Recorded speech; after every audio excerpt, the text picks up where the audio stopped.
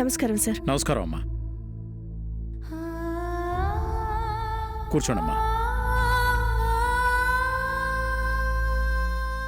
చెప్పండమ్మా. నా భర్తకి సంబంధించిన ఒక కేసు విషయంలో మిమ్మల్ని కలవడానికి వచ్చాను. ఎలాగైనా మీరు నాకు హెల్ప్ చేయాలి. అవకాశం ఉన్నంత వరకు తప్పకుండా చేస్తానమ్మా. ముందు విషయం చెప్పమ్మా. Assistant commissioner of police Raghuram గారు కనిపించడం లేదు సార్. అవునమ్మా, నేను కూడా టీవీలో చూశాను.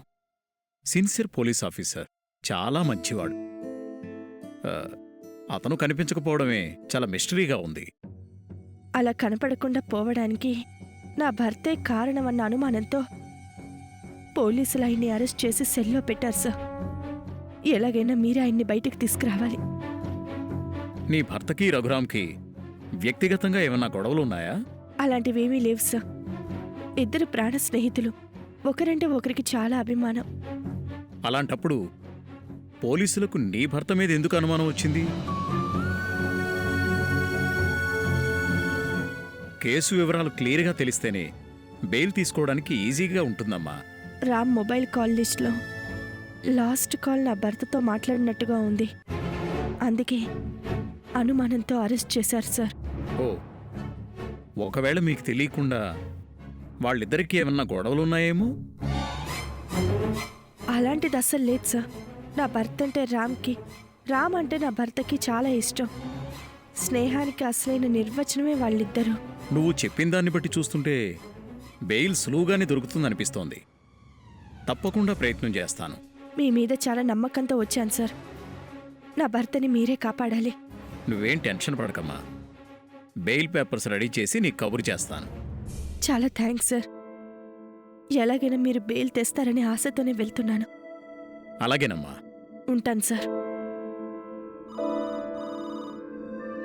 హలో వాసుదేవా,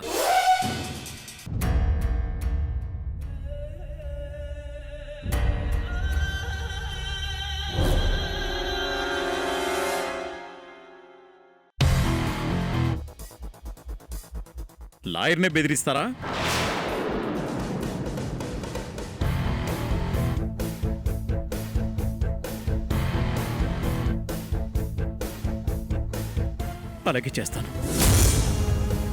అలాగే చేస్తాను.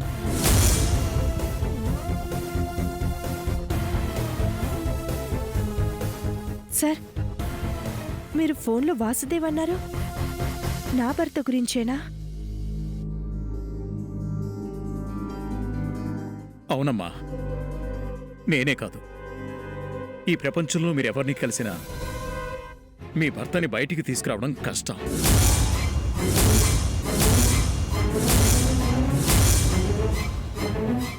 ఏంటి సార్ మీరు చెప్పేది?